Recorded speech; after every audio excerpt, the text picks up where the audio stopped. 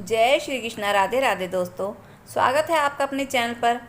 आज की हमारी इस वीडियो में हम आपके लिए पुरुषोत्तम मास की एक बहुत ही सुंदर कथा लेकर आए हैं, जिसे आप रोज़ सुनेंगे तो आपके में अन्न के भंडारे भर जाएंगे।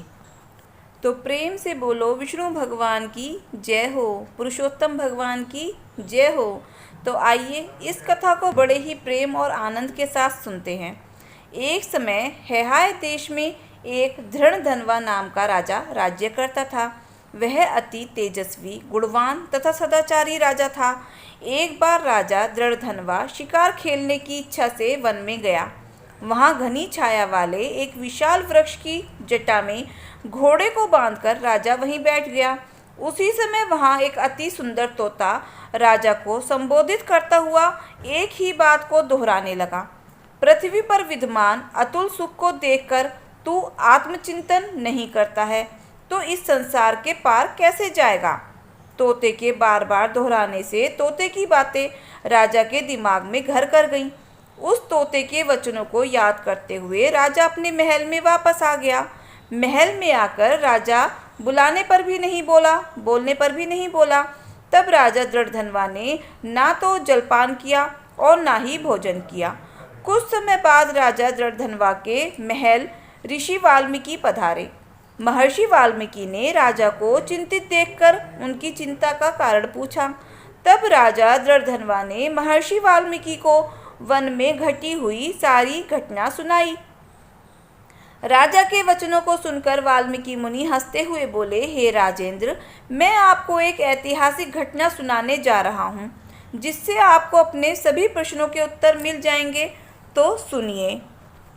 पूर्व जन्म में द्रविड़ देश में ताम्रपर्णी नदी के किनारे सुदेव नामक एक ब्राह्मण निवास करते थे। गौतम ऋषि की पुत्री गौतमी अति सुंदर एवं पतिव्रता नारी थी। गौतम ऋषि ने अपनी पुत्री का विवाह सुदेव ब्राह्मण से करवा दिया। गृहस्थ आश्रम में धर्मपूर्वक वास करते हुए बहुत समय बीत जाने के बाद भी उन्हें संतान की प्राप्ति नहीं हुई। पुत्र की प्राप्ति के लिए ब्राह्मण सुदेव ने भगवान श्री हरि का कठोर तप किया। भगवान श्री हरि उसके अत्यंत उग्र तपस्या को देखकर प्रकट होकर बोले, हे वत्स, मैं तुम्हारी कठोर तपस्या से अति प्रसन्न हूँ। तुम क्या चाहते हो सो मुझसे कहो। इस पर सुदेव ब्राह्मण बोले, हे नाथ, हे दीन बंधु, हे दयानिधि, यदि आप प्रसन्न हैं, हे पुरुषोत्तम, कृपा करके मुझे एक सुपुत्र प्रदान कीजिए। श्री हरि ने ब्राह्मण को पुत्र प्राप्ति का वरदान तो दे दिया, परंतु उस पुत्र को केवल 12 वर्ष की ही आयु प्रदान की। ब्राह्मण ने अपने पुत्र का नाम शुकदेव रखा। एक दिन ब्राह्मण का पुत्र शुकदेव अपने मित्रों के साथ बावली में गया। वहां बावली में वह बालक श्वास रुक जाने से मृत्यु को प्राप्त हो गया। पुत्र की मृत्यु का समाचार पाकर ब्राह्मण सुदेव और उनकी पत्नी गौतमी भागते भागते बावली में आ गए। वहां पहुंचकर मृत पुत्र को गोद में उठाकर सुदेव अत्यंत विलाप करने लगा। उस ब्राह्मण के विलाप करते समय असमय बरसने वाला बादल आ गया। इस तरह 1 मास तक वर्षा हुई, जिस जल से पृथ्वी भर गई, परंतु पुत्र शोक रूपी अग्नि से संतप्त वह ब्राह्मण कुछ भी नहीं जान पाया।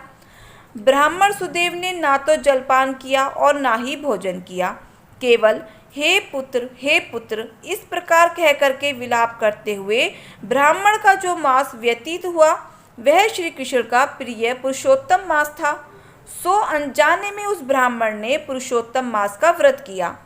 पुरुषोत्तम मास के व्रत से अत्यंत प्रसन्न होकर भगवान श्री कृष्ण स्वयं प्रकट हो गए। भगवान श्री कृष्ण ने प्रकट होकर ब्राह्मण से कहा, हे ब्राह्मण सुदेव, मैं तुमसे अति प्रसन्न हूँ और तुम्हें यह वरदान देता हूँ कि पुत्र के साथ सर्वदा गृहस्थ आश्रम के सुख को भोगने के बाद तुम ब्रह्मलोक को जाओगे। वहाँ सभी प्रकार के सुखों को भोगकर पृथ्वी पर पुनः जन्म लोगे। यहाँ तुम चक्रवर्ती राजा बनोगे और राजा दृढ़धनवा नाम से प्रसिद्ध होकर 10,000 वर्ष पर्यंत पृथ्वी के राज्य का सुख भोगोगे। उस समय भी गौतमी ही तुम्हारी पटरानी होगी। उस समय तुम्हें 4 पुत्र होंगे और सुंदर मुख वाली महाभागा सुशीला नाम की एक कन्या होगी। हे महाभाग, संसार के सुखों में डूबकर तुम संसार रूपी समुद्र को पार करने वाले भगवान विष्णु को जब भूल जाओगे, तब हे विप्र, उस समय वन में तुम्हारा यह पुत्र शुकदेव पक्षी यानी तोता बनकर विशाल वृक्ष के ऊपर बैठकर वैराग्य पैदा करने वाले श्लोक को बार बार पढ़ता हुआ तुम्हें इस बात का बोध कराएगा। उसके बाद सांसारिक सुखों को छोड़कर चिंता रूपी समुद्र में मग्न तुम्हें वाल्मीकि मुनि आकर तुम्हें ज्ञान करवाएंगे। वाल्मीकि मुनि के वचनों से प्रभावित होकर निस्संदेह शरीर को छोड़कर भगवान श्री हरि की पूजा अर्चना करते हुए तुम बैकुंठ लोक को प्राप्त होगे। भगवान श्री कृष्ण के ऐसा कहने पर ब्राह्मण का बालक उठ खड़ा हुआ।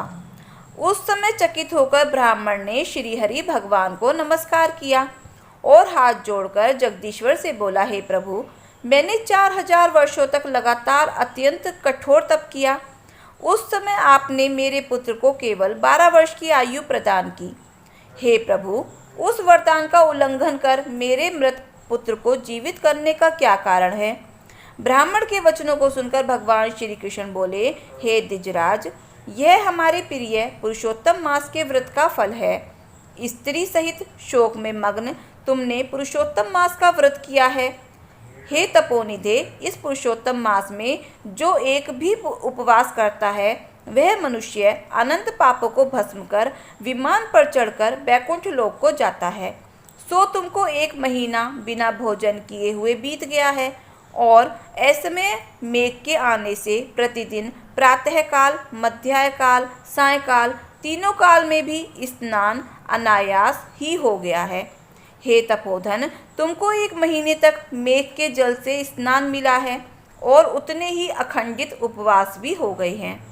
जो भी इस तरह से हमारे प्रिय पुरुषोत्तम मास का सेवन करता है वह मनुष्य हमारे प्रिय, धन्य और भाग्यवान होता है। हरि भगवान इस प्रकार कहकर गरुड़ पर सवार होकर बैकुंठ भवन को चले गए। सुदेव पत्नी सहित निरंतर 1000 वर्ष तक संसार के समस्त विषयों का उपभोग कर विष्णु लोक को प्राप्त हुआ। वहां पर होने वाले सुखों को भोग कर गौतमी तथा सुदेव दोनों स्त्री पुरुष इस पृथ्वी पर पुनः आए। हे राजन, तुम वही ब्राह्मण सुदेव इस समय दृढ़धनवा नाम से प्रसिद्ध पृथ्वी के राजा हो। आपकी पटरानी आपकी पूर्व जन्म की पतिव्रता देवी गौतमी है। जो पक्षी आपको वन में मिला था वह आपका पूर्व जन्म का पुत्र शुकदेव था, जो 12,000 वर्ष तक आयु भोग कर बैकुंठ को गया। तो हे राजन, जो आपने मुझसे पूछा था वह सब मैंने आपको बता दिया है। इसके पश्चात महर्षि वाल्मीकि ने दृढ़धनवा को पुरुषोत्तम मास के सेवन की विधि का विस्तार से वर्णन किया। ऋषि वाल्मीकि द्वारा बताई गई विधि के अनुसार पुरुषोत्तम मास का सेवन करने से राजा दृढ़धनवा तथा उनकी पत्नी भूलोक को प्राप्त हुए। तो जय श्री कृष्णा, जय हो पुरुषोत्तम भगवान की। तो दोस्तों, अगर आपको हमारी कथा कहानी अच्छी लगी हो तो प्लीज़ वीडियो को लाइक, शेयर और सब्सक्राइब अवश्य करें। धन्यवाद।